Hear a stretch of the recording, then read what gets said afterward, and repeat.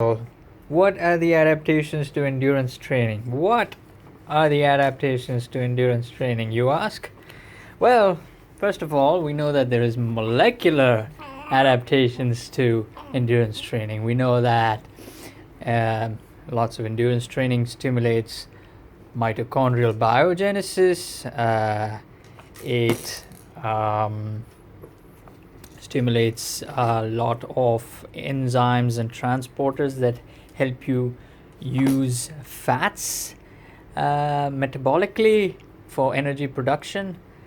PGC1 alpha, we know that that's a transporter that's stimulated. What about other adaptations? Angiogenesis is one. It helps you to improve your capillaries and the number of capillaries in your muscles. So more blood transportation, more oxygen transportation, right? Okay, what about other adaptations? We know that metabolic adaptations exist. We know that there is a right shifting in the crossover point of fat usage to higher transportation or higher running velocity, higher um, exercise intensities. So it helps you use fats more and less carbohydrates. So there's a glycogen saving adaptation. Okay, what about other adaptations? Well, we know that there's cardiovascular adaptation. We know that your heart rate increases, your stroke volume increases. Okay, maybe the stroke volume doesn't increase, but your cardiac output increases um,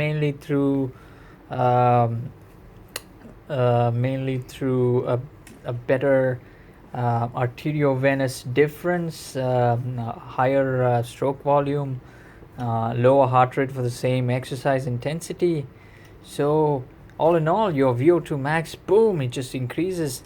And at the same time, for the same exercise intensity, your exercise economy increases. That means the amount of oxygen you use to run or bike or even swim, it goes down. So you're a nice Toyota instead of a very wasteful Hummer or Lamborghini. Yeah.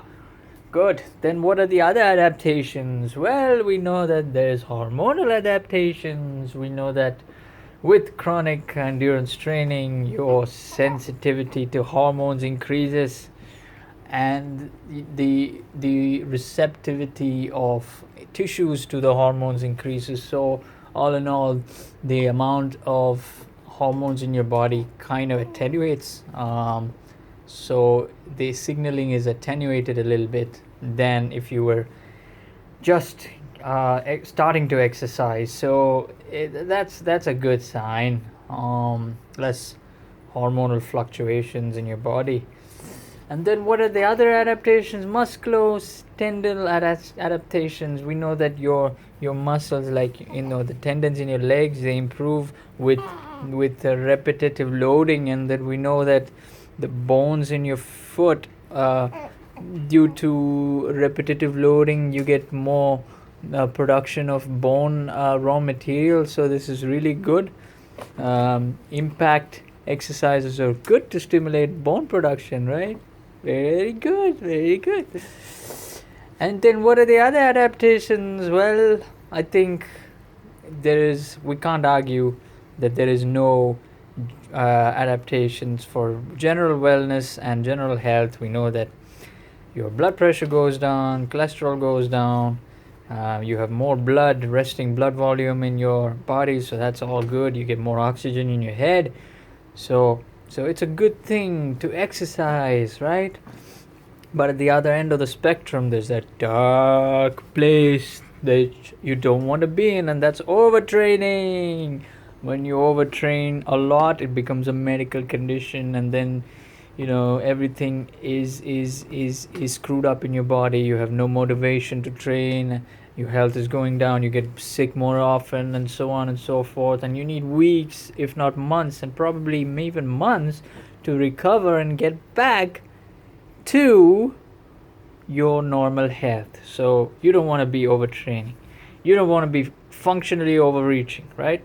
And you don't want to be non-functionally overreaching either. All bad things that can happen with too much exercise. So, how do we know when or how not to get there? Well, you need a coach, or you need to read a lot, or you need to simply have more experience doing the activities and knowing where to draw the line, so you don't overtrain more than your body can absorb. So that's the instructions for you today. I hope that all this advice was constructive in uh, your future training and adaptations in your body. Yeah, and she just yawned.